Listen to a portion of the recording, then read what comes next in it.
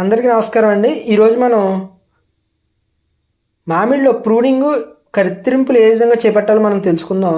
మొక్క కింద నుంచి 50 సెంటీమీటర్ల వరకు ఎటువంటి కొమ్మలు కూడా మనం రాకుండా ఎప్పటికప్పుడు కట్ చేసుకోవాలండి. మన మెయిన్ అంటే మధ్యలో ఉండే ప్రధాన కాండం పైన మనం 2 లేదా 3 బలమైన కొమ్మలను ఎన్నుకుని వాటిని మాత్రం పెరిగే విధంగా చూసుకోవాలండి. మిగతా అన్నీ కూడా మనం తీసేయాలండి. మనకు పక్క కొమ్మలు పొడవు అనేది 60 నుంచి 80 సెంటీమీటర్లు ఉండే విధంగా మనం కత్తిరించుకోవాలండి.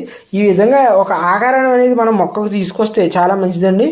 మనకు పెద్ద తోటలో ఏంటంటే ప్రతి సంవత్సరం మనకు కాయ కోత తర్వాత ఏంటంటే జూను జూలై మాసాల్లో అడ్డదిడ్డంగా పెరిగే కొమ్మలు, ఎండిపోయిన కొమ్మలు, అదేవిధంగా మనకు రెమ్మలు అవన్నీ కూడా తీసినట్లయితే సూర్యరశ్మి అనేది చెట్టు అంతా పడి మంచి కాపు అనేది వస్తుందండి.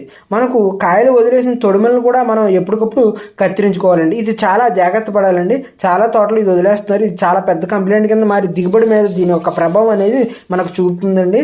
అయితే విధంగా మనం కత్తిరింపులు చేసిన తర్వాత ప్రతి రెమ్మ చివర 3 నుంచి 4 సార్లు మనం చూసుకున్నట్లయితే చిగుళ్ళు రెండింటిని కలుపుకుని మిగిలిన వాటిని మనం ఎప్పటికప్పుడు తీసేస్తూ ఉండాలండి.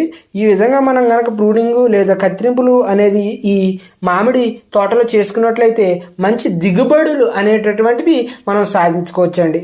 మన ఛానల్లో మామిడి గురించి పూర్తి ఇన్ఫర్మేషన్ చాలా వీడియోలో చేసి ఉన్నాం. కాబట్టి రైతు సోదరులు మరి ఇతర జనాలు అందరూ కూడా తెలుసుకుని మంచి నాలెడ్జ్ని సంపాదించారు.